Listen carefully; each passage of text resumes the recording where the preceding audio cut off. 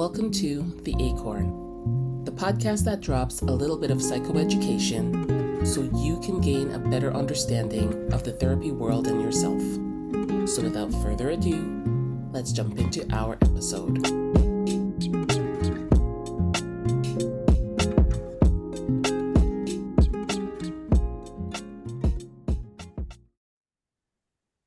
Hello, and welcome to Season 2, Episode 8 of The Acorn. This podcast episode is entitled Reflections on Couples Counseling, and I'll be talking to and interviewing Melissa Johari, who specializes in helping couples strengthen their friendship, improve communication, and manage conflict. Welcome, Melissa. Thank you, Charlene. Thanks for having me. Happy to have you here. So I'm going to read a little bit of a bio, right? So we're going to relax and hear a little bit about Melissa here. So Melissa is the founder and director of the Couple Wellness Experts. She's a registered social worker who's been in the field for over 20 years. She is certified Gottman Therapist and works with couples, supervises practitioners, and facilitates workshops. What I know she does really well is she runs the 7 principles of making marriage work all-inclusive weekend retreats for couples.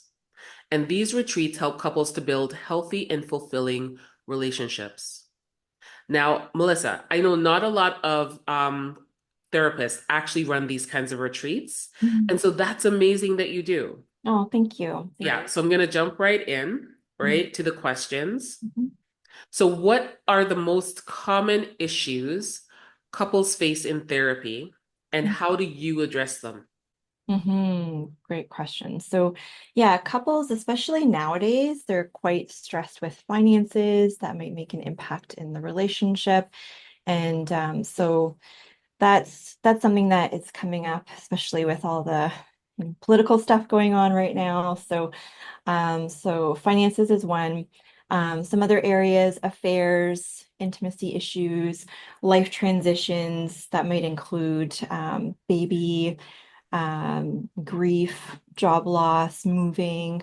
Also, mental health could play an impact on the relationship and the impact of neurodiversity on the relationship as well. I'm seeing that more and more. Imbalance of invisible or visible labor in the household, in-law issues, past hurts, disconnection, personality differences.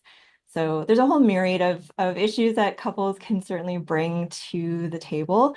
And oftentimes there's a presenting issue, and then as we unpack the layers of the onion, then there's other things going on oftentimes. I also see, personally, I see a lot of interracial couples. So there might be things like microaggressions that might come up in therapy to process. So that kind of falls under past hurts as well. It could be, or in-law issues potentially. So it all kind of ties in.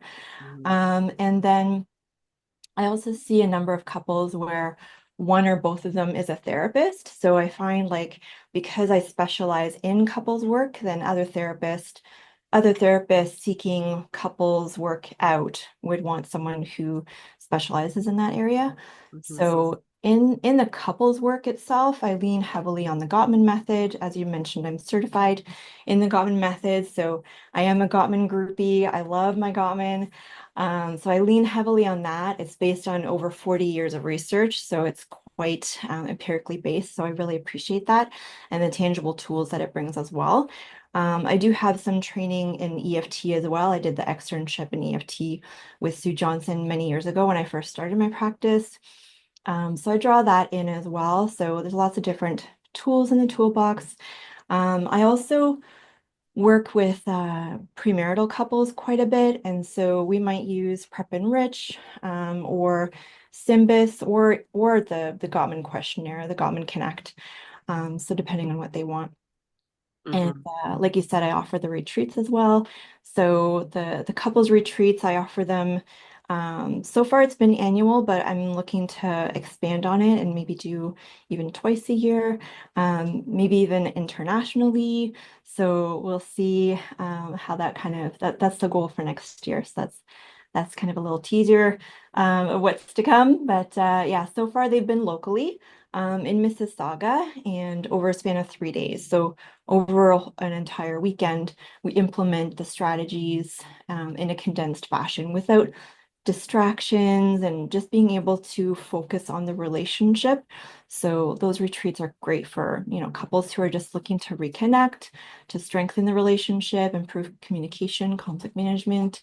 So from Friday to Sunday, we go over the 7 principles, Gottman's 7 principles for making marriage work.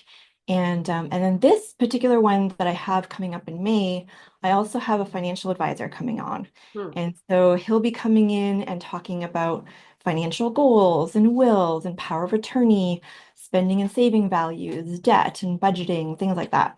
So, and fielding any kind of questions that the participants might have about money as well. So just because I know that's such a big factor for many people these days. So I thought I'd add that extra element in the retreat this year as well.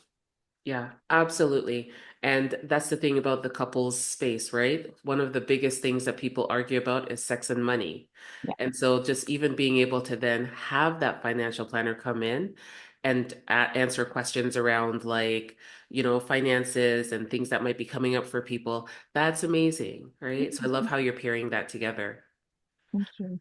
And Yeah. so even as we're kind of looking, so Mhm. couples who want to stay connected Mhm. and have that marital intimacy over time, what are some Mhm. tips that you have for them? Mhm. Well, many. There's there's many tips on that, but I'll keep it simple for this. So I'll give some information on one of the suggestions that Gottman makes, and that is the magic 6 hours. So with these magic 6 hours, that is a great way to stay connected emotionally and in turn physically. So these 6 hours, so it includes partings. So how you say goodbye at the beginning of the day, if one or both go off to work, or even if there's a work from home situation, it's okay, you're saying goodbye at some point, going into your workspace, even at home. So there's partings. And so how that, like, is there a ritual around that? Maybe it's sharing a cup of coffee in the morning and kind of chatting about the day ahead, or maybe it's the way that you hug and kiss when you're saying goodbye. So whatever that might look like. So that might be, a couple minutes a day over the span of the work week. So that's 10 minutes a week. And then reunions. So how you reunite at the end of the day. So Gottman likes to suggest the daily stress reducing conversation. So that is really helpful for couples to be able to talk with each other about what happened that day that's external to the relationship. So it could be complaining about your boss or a coworker or family member, or some, fight you had with a friend or something like that. And it is a bit of a misnomer because it could be positive things as well, right? It could be things that went well that day and that you're wanting to celebrate with your partner about it. So it's basically sharing about your day. So that's about 20 minutes a day, again, over the span of 5 days, so the work week. So that's an hour and 40 minutes there. And then appreciation and admiration. So being able to share, because sometimes we might think about these things that we appreciated about our partner, but then we forget to kind of verbalize it and like express that appreciation and admiration. Maybe it's something that they did that day that you really appreciated, or it could be just a characteristic of them, a quality that they have that you really admire. So being able to be intentional about spending that time every day to be able to articulate that, to really express it. So that might be 5 minutes a day, right? Over the span of a whole week. So that's 35 minutes there over the week. And then affection. So it could be the cuddles, it could be sex, it could be holding hands, it could be a neck rub, like any of the things. And so, 5 minutes a day on the lower end, there might be more than that, but 5 minutes a day at least. So that adds up to 35 minutes a week as well. And then date night. So once a week, being able to have a couple of hours dedicated, allocated to just the two of you to be able to connect unwind, do something fun. It doesn't necessarily even have to be going out. It can be a night in. It can be extravagant. It can be spending zero money, right? It can be just walking around the neighborhood or going to the park. So whatever that might look like, but being able to, again, be intentional around spending that dedicated time to just enjoy each other, have fun together, have that play still be an element of the relationship.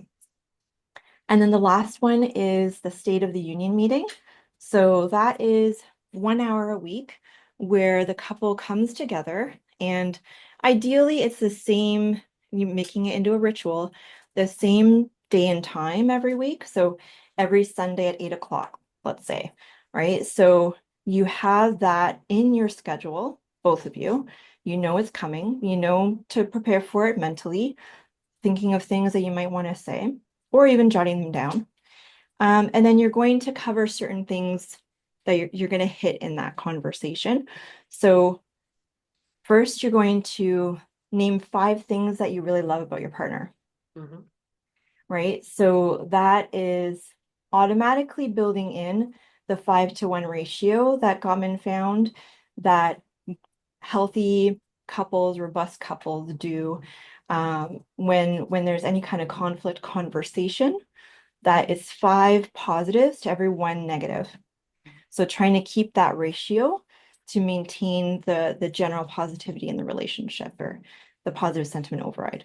So starting with the 5 things that you love about your partner, stating those, and then looking back at the week that just passed, what went well in the relationship that week, and then the grievance, right? Then you're going to bring whatever is on your mind, that's something that might have happened, whether it's that week or 10 years ago, like whatever might be on your mind that you want to share, you want to talk about, you want to try to kind of figure out together.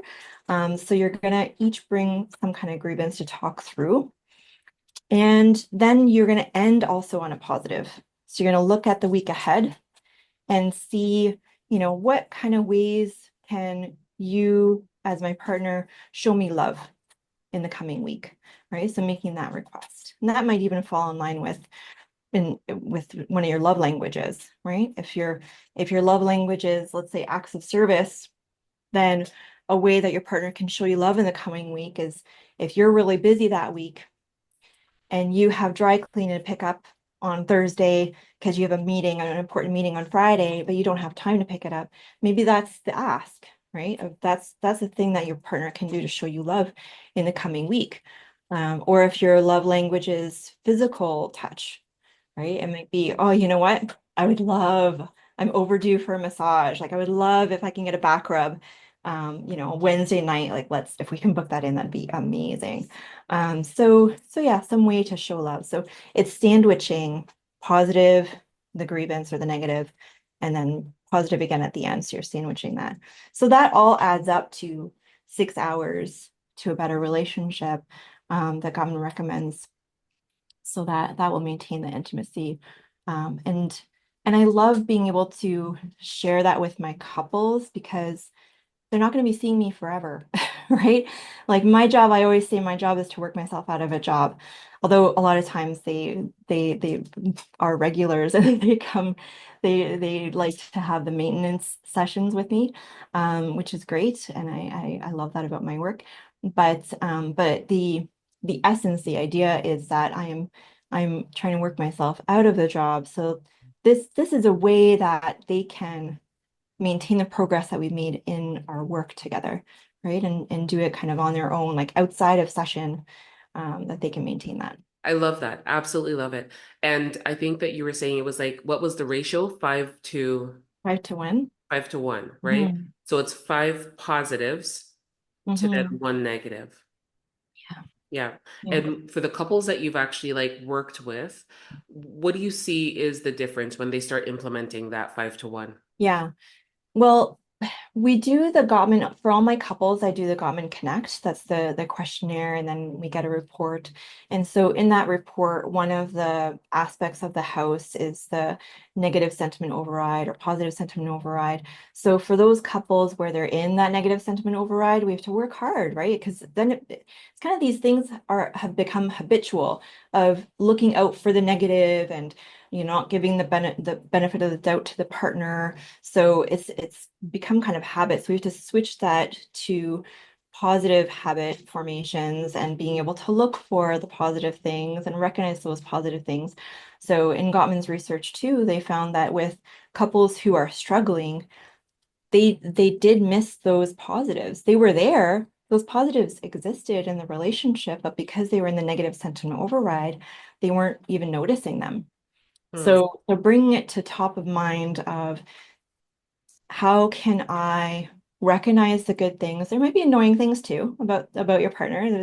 Everyone experiences that in the relationship, but being able to highlight and emphasize the positive things, the positive qualities, the great things about the relationship, the strengths that are there, and then building on those strengths.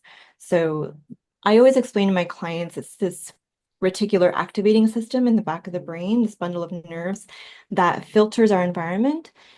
And so for those couples who are in negative sentiment override, that's all that the RAS, the reticular activating system, is searching for, is those negative things. And so it then becomes self-fulfilling prophecy of I'm expecting a negative reaction when I bring this thing to my partner.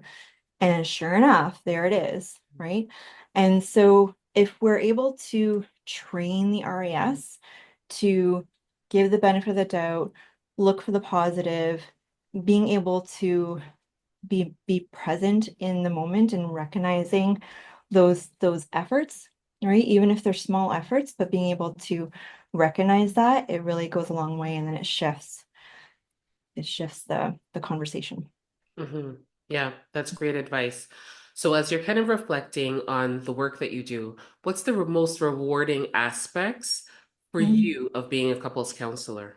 For me, it's for sure seeing the progress, right? I think most therapists would have that same answer of, being able to feel that it's rewarding, it's intrinsically rewarding to see the progress in our clients and be able to see that growth and development. And even we just talked about it right before we started recording, right? Just how wonderful that is when you see that progress in the work.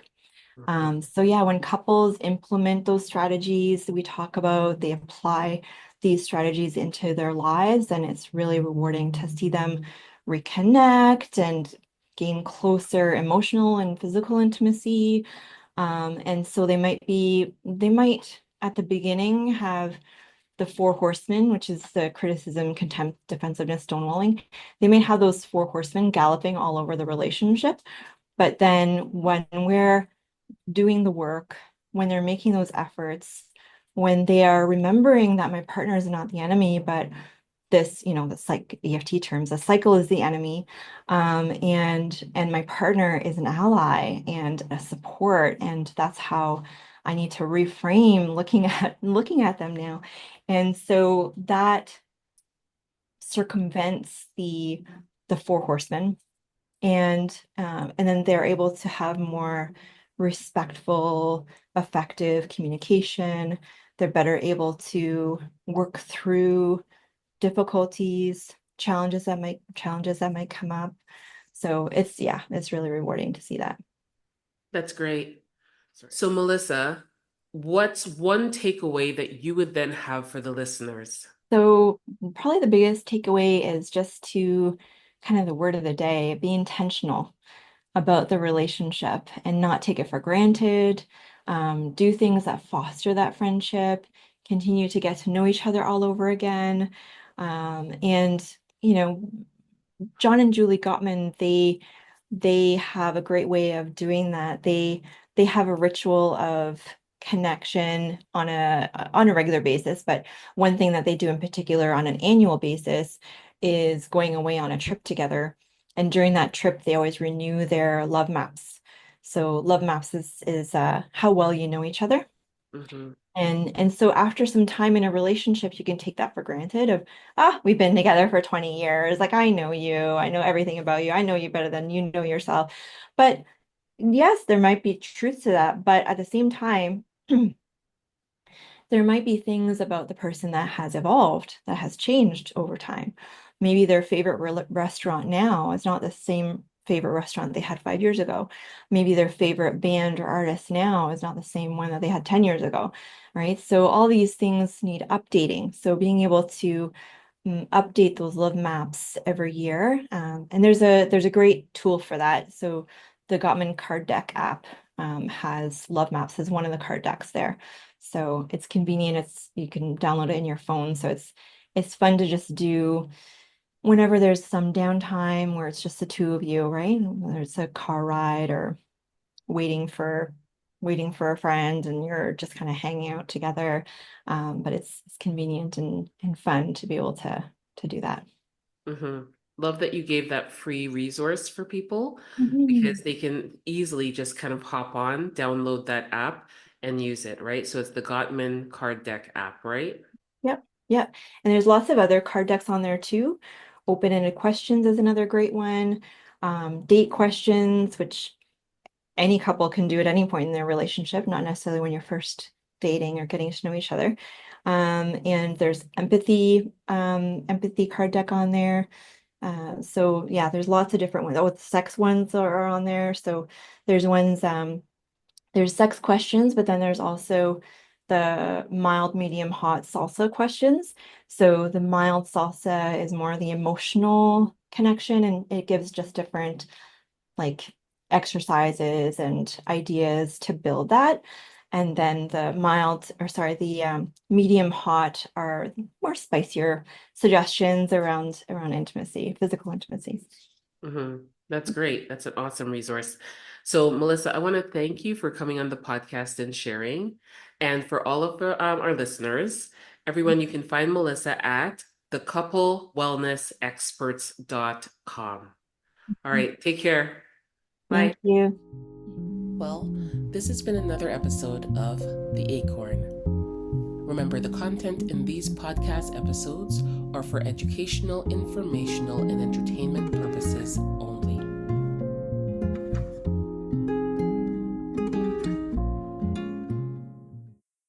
Disclaimer: anything said in this podcast should not be considered as treatment, professional consultation, advice, clinical instruction or assessment, or any other mental health replacement. Listening to this podcast does not create a therapist client relationship between you and the podcast host. Always seek the advice of your own mental health provider regarding any questions or concerns you may have about your mental health needs. Also, if you need immediate help, contact your mental health provider or call 911. Take care.